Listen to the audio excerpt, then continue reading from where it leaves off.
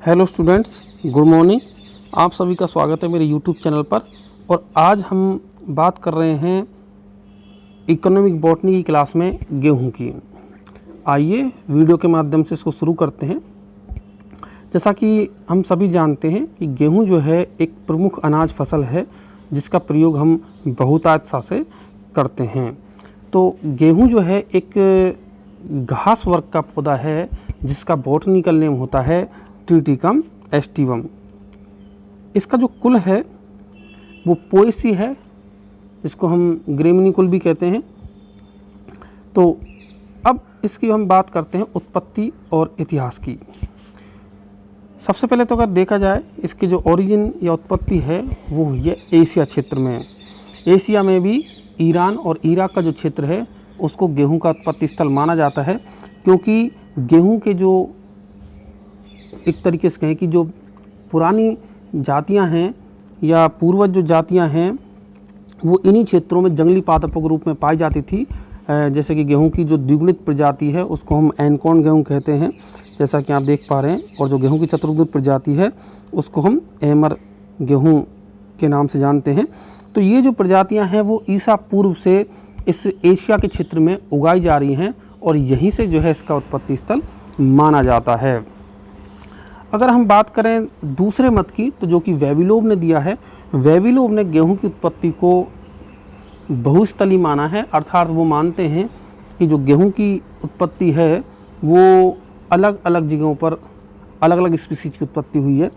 उन्होंने ये कहा है कि जो द्विगुणित गेहूं है, जो एनकॉर्न है, उसकी उत्पत्ति हुई है एशिया क्षेत्र में, अर्थात एशिया माइनर क्षेत्र में, ईरान इराक के जो आसपास का क्षेत्र उसमें। चतुर्गुणित जो गेहूं है जिसको हम एमर गेहूं भी कहते हैं, और ड्यूमर, इसके अलावा इसकी एक स्पीसीज जो है वो ड्यूरम है, उसकी उत्पत्ति जो हुई है वो एबिसीनिया और अफ्रीका क्षेत्र, विशेषकर उत्तरी अफ्रीका में हुई है। और जो सतगुणित गेहूं है या 6N वाला जो गेहूं है जिसको हम सामान्य तौर पर रोटी बनाने के इस्तेमाल में लाते हैं, सामान्य ब्रेड व्हीट जिसको कहते हैं, उसकी उत्पत्ति इन्होंने मानी है मध्य एशिया क्षेत्र की। तो इस तरीके से बेबीलोन ने जो है अलग अलग जो गेहूं की स्पीसीज हैं उनका उत्पत्ति स्थल अलग अलग क्षेत्र को माना है। अब अगर हम देखें तो गेहूं जो है इसका सबसे पहले अगर डोमेस्टिकेशन की बात करें, जो ग्राम्यन है वो एशिया महाद्वीप में ही किया गया था। डोमेस्टिकेशन से मतलब ये है कि सर्वप्रथम जो खेती करने का कार्य है, जंगली जातियों को एक तरीके से हम कह सकते हैं कि फसल के रूप में उगाने का जो कार्य है वो एशिया में सर्वप्रथम किया गया। एशिया के चीन, ईरान, इराक, भारत, इन क्षेत्रों में किया गया। उसके पश्चात इसका प्रसार यूरोप में हुआ, यहाँ से ये बाद में यूरोप गया है। क्योंकि हमारा जो ये एशिया महाद्वीप है वो पुराने वर्ल्ड में आता है और गेहूं जो है वो अमेरिका, यूरोप, इन जो नवीन जो वर्ल्ड है इसमें बाद में गया है। इसीलिए गेहूं की फसल को प्राचीन विश्व का नवीन विश्व को उपहार माना जाता है, क्योंकि उत्पत्ति जो हुई है वो प्राचीन विश्व में हुई है और नवीन विश्व में ये बहुत बाद में जो है कृषित किया जाने लगा है। इसलिए इसको प्राचीन विश्व का नवीन विश्व को उपहार जो है वो माना जाता है। अगर बात करें इसकी चीन की, तो चीन में जो गेहूं है वो 2500 ईसा पूर्व से इसकी खेती की जा रही है। भारत में भी बहुत प्राचीन समय ईसा पूर्व से इसकी खेती की जाती रही है। नवीन विश्व में अगर हम देखें तो नवीन विश्व में गेहूं का प्रवेश सबसे पहले जो है वो मैक्सिको में हुआ है और मैक्सिको में ये 1529 या उसके आसपास जो है ये गेहूं पहुंचा है। उसके पश्चात इसका प्रसार USA में 1800 ईस्वी में, वर्जीनिया में इस तरीके से हुआ है। अर्थात हम कह सकते हैं कि ये बाद में जो है वो नवीन विश्व में गया है और अब वहाँ पर इसकी खेती बड़े पैमाने पर की जाती है। अब बात कर लेते हैं हम कि गेहूं की जो कौन कौन सी किस्में हैं और कौन कौन सी जातियां हैं और उनमें क्रोमोसोम्स नंबर क्या रहता है। तो चूँकि गेहूं जो है वो लंबे समय से कृषित किया जा रहा है, तो ऐसे में गेहूं की लंबे समय से कृषित किया जा रहा है, अतः इसकी असंख्य जातियों का और किस्मों का विकास हुआ है। और साथ ही साथ मानव में ने भी जो है विभिन्न जातियों के मध्य प्राकृतिक संकरण करा के वांछित लक्षणों का चयन करके भी जो है कई जातियों को विकसित किया गया है। अगर हम मोटे तौर पर देखें तो जो गेहूं की प्रजातियां हमें मिलती हैं वो ये इस प्रकार हैं। सबसे पहले तो बात करें कि द्विगुणित प्रजाति की, तो द्विगुणित जो प्रजाति है वो कहलाती है गेहूं की एनकॉर्न कहलाती है। इसका नाम जो है बॉटनिकल नेम वो है ट्रिटिकम मोनोकोकम। और ये ट्रिटिकम मोनोकोकम में जो गुणसूत्रों की संख्या होती है, चूँकि द्विगुणित है तो 7 दूनी 14 होती है। और ये जो है उगाई जाती है स्पेन और यूएसए जैसे देशों में। अगर हम चतुर्गुणित गेहूं की बात करें तो चतुर्गुणित जो गेहूं है उसकी 3 से 4 प्रजातियां आमतौर पर पाई जाती हैं, जिनमें से एमर गेहूं है, ड्यूरम गेहूं है, पोलार्ड गेहूं है, एक और जो गेहूं होता है वो पॉलिश गेहूं होता है। इसमें अगर एमर की बात देखें तो एमर का जो बॉटनिकल नेम है वो है ट्रिटिकम डायोकोकम, जो कि स्पेन, यूएसए, इटली में उगाया जाता है। इसके अलावा जो ड्यूरम गेहूं है उसकी जो बॉटनिकल नेम है वो ट्रिटिकम ड्यूरम। पोलार्ड गेहूं का ट्रिटिकम टर्जिडम इंग्लैंड में उगाया जाता है। भारत में अगर बात करें तो चतुर्गुणित जो गेहूं है वो ट्रिटिकम ड्यूरम की पैदावार की जाती है। और सबसे अंत में अगर हम बात करें तो वो है षटगुणित गेहूं, और जिसको हम सामान्य गेहूं भी कहते हैं। ये एक गुणसूत्रों की संख्या इसके अंदर जो है 42 होती है। तो ये जो है वो संपूर्ण विश्व में उगाया जाता है ट्रिटिकम एस्टिवम। 42 गुणसूत्र संख्या होती है इसमें।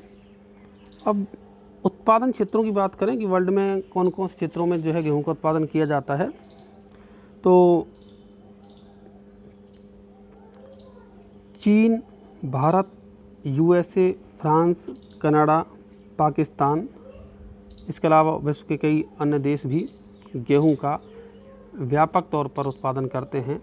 भारत भी जो है इसके उत्पादन में एक महत्वपूर्ण स्थान रखता है। भारत के संदर्भ में अगर बात करें तो इसकी जो फसल है वो पंजाब, हरियाणा, मध्य प्रदेश, राजस्थान, बिहार, इन सभी क्षेत्रों में की जाती है। अब नेक्स्ट जो है हमारा बिंदु वो है गेहूं के वानस्पतिक लक्षण या बॉटनिकल कैरेक्टरिस्टिक्स की बात कर लेते हैं। वानस्पतिक लक्षण अगर हम देखें तो गेहूं, जैसा कि आप सभी ने देखा होगा, गेहूं का पादप, गेहूं का जो पादप है एक घास वर्ग का पौधा होता है। और लंबाई की अगर बात करें तो गेहूं का पादप जो है वो लगभग 1 से 1.5 मीटर लंबा होता है। और इसका जो जीवन काल है वो भी कम होता है, लगभग 5 से 6 महीने का जीवन काल गेहूं का पाया जाता है।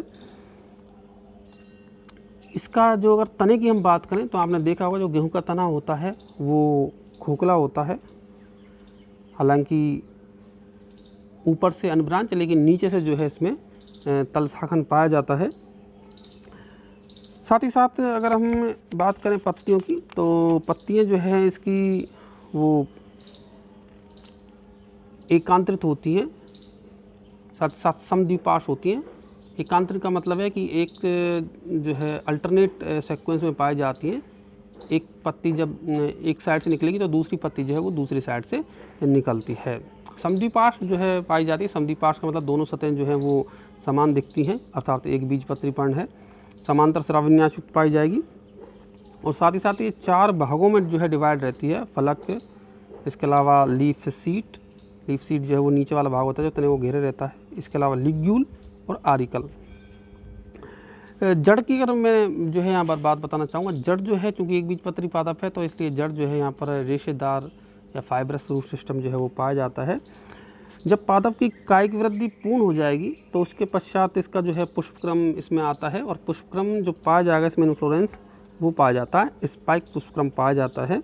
और ये स्पाइक पुष्पक्रम बना होता है कई सारे स्पाइकलेट्स से मिल करके। तो ये जो है क्वेश्चन कई बार पूछा जाता है गेहूं के बारे में कि गेहूं के पादप में कौन सा पुष्पक्रम पाया जाता है, तो वो पाया जाता है स्पाइकलेट पाया जाता है। अब ये जो स्पाइकलेट्स हैं, ये जो अक्ष रहता है पुष्पक्रम का उस पर ये एकांतरित क्रम में एकल रूप से विकसित होते हैं। इस स्पाइकलेट में जो है हमको 2 से 4 तक पुष्प देखने को मिलते हैं, जो कि एक रेक्चीला एक अक्ष होता है उस पर लगे रहते हैं। और ये जो पुष्प हैं वो पैलिया और लेमा जो है, दो झिल्ली नुमा संरचना पाई जाती हैं, उनके द्वारा जो है ये ढका रहता है। साथ ही साथ बात करें पुष्प में, तो पुष्प में जो है 3 अंडक इसके पुष्प में पाए जाते हैं और 3 ही पुंकेसर पाए जाएंगे। और इनका जो दाना है वो कहलाता है, या फल जिसको कह सकते हैं, वो कहलाएगा कैरियोप्सिस। ये प्रश्न भी जो है यूनिवर्सिटी परीक्षा में पूछा जाता है कि जो गेहूं है उसका फल क्या कहलाता है, तो आप लिखेंगे कैरियोप्सिस कहलाता है, जो कि एक बीजीय अस्फुटनशील फल होता है। इस फल में जो है फलवित्ती और बीजचोल जो है वो संयुक्त हो जाता है, और इसका जो भ्रूणपोष होता है वो भ्रूणपोष स्टार्च युक्त होता है। तो गेहूं में जो स्टार्च का जो प्रमुख एक तरीके से घटक है वो भ्रूणपोष के रूप में है। पूरे ओवरऑल दाने में अगर हम बात करें, इसका केमिकल कंपोजिशन की बात करें, तो गेहूं के दाने में जो है वो 60 से 80% स्टार्च पाया जाता है, 8 से 15% प्रोटीन पाया जाता है। इसके अलावा वसा होती है, खनिज लवण होते हैं, ये सभी चीज़ें जो है इसमें पाई जाती हैं। अब हम बात करते हैं कि गेहूं की खेती कैसे की जाती है, कल्टीवेशन ऑफ व्हीट। तो गेहूं की खेती से पहले हमको तो ये जानना आवश्यक है कि इसके लिए किस तरीके की जलवायु की आवश्यकता होती है। तो गेहूं जो है जो कि पूरे विश्व में बोई जाती है, और ये कहीं न कहीं अलग अलग समय पर जो है वो बोती जाती रही है। वातावरणीय परिस्थितियां सभी स्थानों पर एक जैसी नहीं रहती, इसलिए अलग अलग समय में वहाँ की वातावरणीय परिस्थितियों के हिसाब से जो है गेहूँ वो बोया जाता रहा है। अब अगर बात करें हम इसके लिए जलवायु किस तरीके की चाहिए, तो इसके लिए जो है वो वार्म टेम्परेट या गर्म जो शीतोष्ण जलवायु है उसकी आवश्यकता पड़ती है, क्योंकि इस फसल के लिए ठंडी और नम जलवायु चाहिए शुरुआती अवस्था में जब पौधा वृद्धि कर रहा होता है, और लेकिन जब बाल ही बन जाएंगी तो उसके बाद पकने के समय इसको जो है धूप की अर्थात तेज़ तापमान की आवश्यकता पड़ती है, जिससे कि बालियाँ जो है वो परिपक्व हो सकें और वो दाने में जो है एक तरीके से उसका उत्पादन कर सकें। तो गेहूं जो है बुवाई के आधार पर इसको हम 2 भागों में बांट सकते हैं, शरद गेहूं और बसंत गेहूं। शरद गेहूं की जो बुवाई है वो अक्टूबर नवंबर में की जाती है, और जो बसंत गेहूं है इसकी जो बुवाई की जाती है वो अप्रैल मई में की जाती है, और कटाई जो है दोनों की वो भी अलग अलग समय पर होती है।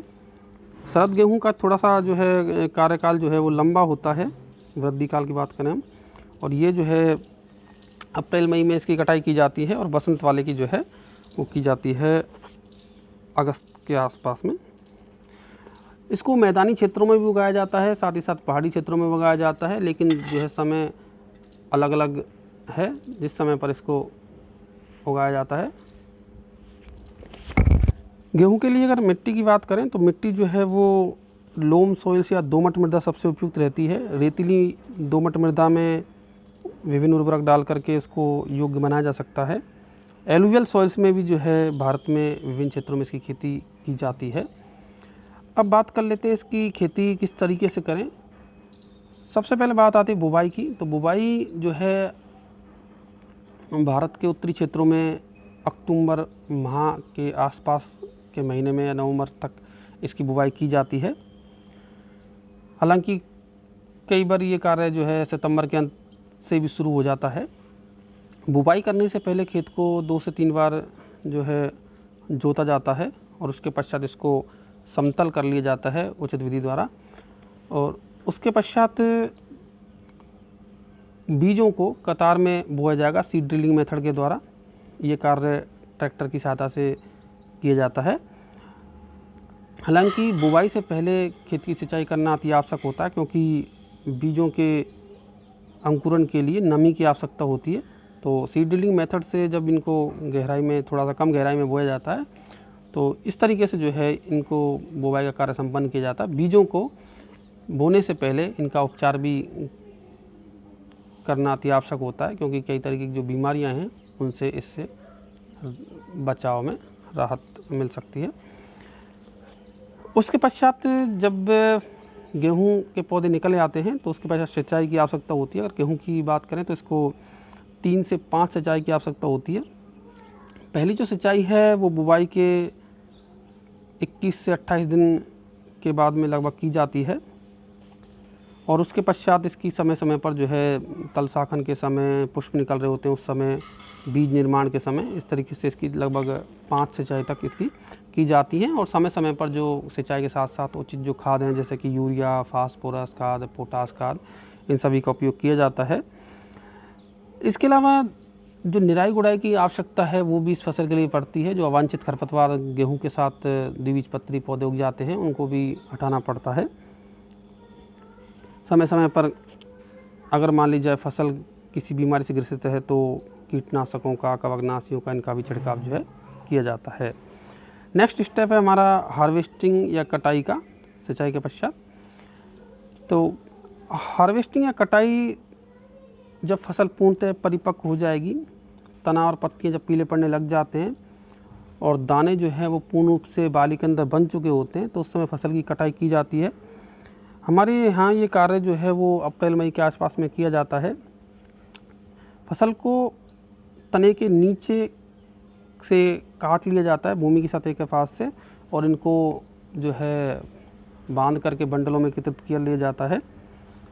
हालांकि आजकल इस कार्य को मशीन द्वारा भी किया जाता है और इन बंडलों को खेत में ही एक निश्चित स्थान पर एकत्रित कर लिया जाता है।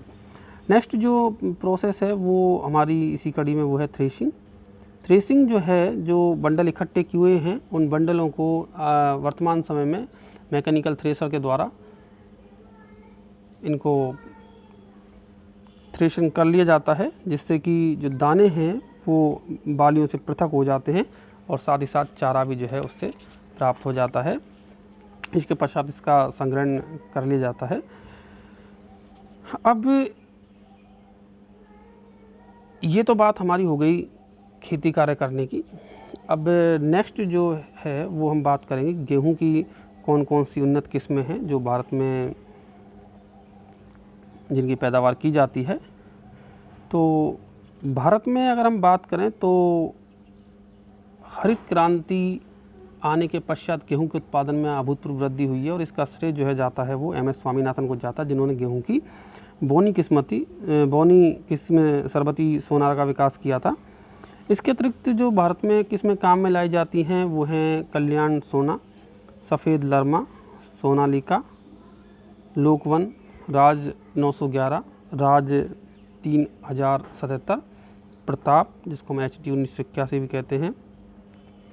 इसके अलावा मेघदूत, सुजाता, ये किस्में ऐसी हैं जो भारत में जिनकी पैदावार की जाती है और पैदावार भी इनकी अच्छी होती है। तो स्टूडेंट्स, ये आज हमारा टॉपिक था गेहूं के ऊपर, जिसमें हमने आज इसके सभी बिंदुओं पर विचार किया। आपको मैं यहाँ पर एक बात बताना चाहूँगा कि यूनिवर्सिटी की परीक्षाओं में पूरा जो है एक बड़ा प्रश्न जो है डिस्क्रिप्टिव टाइप का पूछा जाता रहा है गेहूं की फसल के ऊपर, तो इसलिए ये परीक्षा के लिहाज से बहुत महत्वपूर्ण है। प्रश्न जो है वो कई भागों में बटा होता है, जैसे कि इसका उत्पत्ति के बारे में पूछा जाएगा आपसे, साथ ही साथ इसका उत्पादन क्षेत्र, इसके वानस्पतिक लक्षण, इसकी कल्टीवेशन या खेती कैसे करें, उन्नत किस्में कौन कौन सी हैं, ये सभी चीज़ें जो है उसमें पूछी जाती हैं। तो आपको निश्चित तौर पर इस वीडियो से बहुत लाभ मिलेगा। अगर मेरा ये वीडियो आपको पसंद आया हो तो आप इसे लाइक करें, शेयर करें और चैनल को सब्सक्राइब करें। धन्यवाद।